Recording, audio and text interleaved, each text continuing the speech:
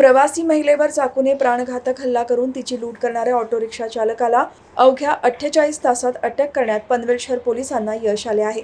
आरोपीकडून जबरी चोरीस केलेला मुद्देमाल आणि गुन्ह्यात वापरलेली रिक्षा जप्त करण्यात आली आहे. संगीता सोमनाथ भोईर या ऑटो रिक्षाने घरी जात असताना करंजाडे R4 मधील सत्य ट्रायडंट बिल्डिंग जवळील सर्व्हिस रोडवर ही घटना घडली.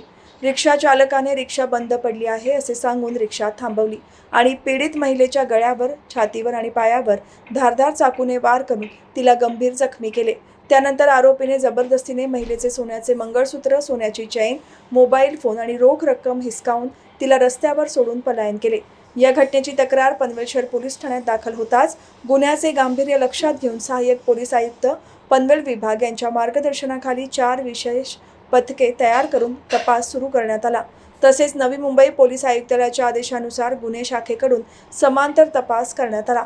तपासादरम्यान CCTV फुटेज, तांत्रिक तपास आणि साक्षीदारांच्या मदतीने आरोपीचा माग काढण्यात आला.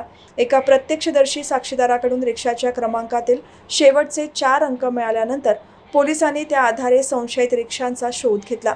चौकशीत अक्षय एकनाथ बागडे वय 27 राहणार करंजाडे सेक्टर R3 पनवेल याने गुन्हा केल्याचे निष्पन्न झाले. प्राथमिक तपासात कर्ज फेडण्यासाठी पैसे मिळवण्याच्या उद्देशाने त्याने हा गुन्हा केल्याची कबुली दिली आहे. आरोपीकडून पीडित महिलेचे सोन्याचे मंगळसूत्र तसेच गुन्ह्यात वापरलेली ऑटो रिक्षा जप्त करण्यात आली आहे. दिनांक 11 तारखेला संगीता भोईर नावाच्या गृहिणीच्या पनवेलमध्ये राहतात. या ऑटो रिक्षाने त्यांच्या राहते घरी निघाल्या होत्या.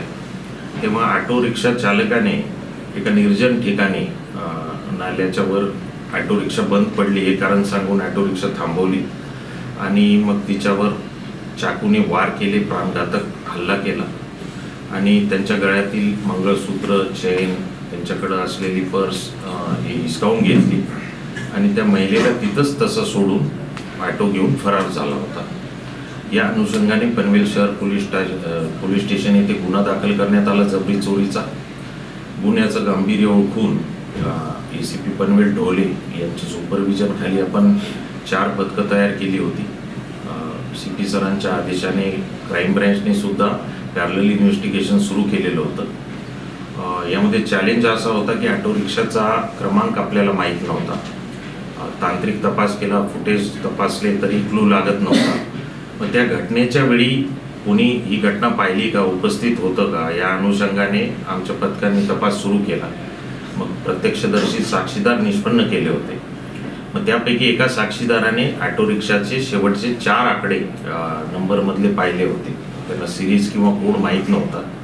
त्या अनुषंगाने पोलिसांनी ते 4 अंक असलेले सर्व ऑटो रिक्षाची यादी मागवली. ऑटो रिक्षा चालकांकडे तपास केला. त्या दरम्यान MH04LX 4619 या ऑटो रिक्षा चालकाला इंट्रोगेशन केलं असता त्याने हा गुन्हा केल्याचं कबूल केलं. त्याच्याकडून आपण आतापर्यंत जे मणिमंगळसूत्र त्याने जबरी चोरी केलं होतं ते आणि ही गुन्ह्यातली ऑटो रिक्षा जप्त केलेली आहे. ह्याचा तपास सिनियर PI ठाकरे करत आहेत. आज PCR साठी त्याला न्यायालयात हजर करण्यात येणार आहे आणि त्यांनी गुन्ह्यात वापरलेला हत्यार आपण जप्त करणं बाकी आहे, ते करणार आहोत. आरोपीकडे आपण प्राथमिक जो तपास झाला आहे त्याने सांगितलं की त्यांनी होम लोन, त्याचप्रमाणे पर्सनल लोन आणि गाडीसाठी पण लोन काढलेलं होतं. त्याचे हप्ते फेडण्यासाठी पैसे नव्हते आणि त्याच उद्देशाने त्याने हा प्रकार केल्याचं तो सांगतो. अधिक तपास पोलीस कस्टडी रिमांड मंजूर झाल्यावर त्याच्याकडे करण्यात येणार.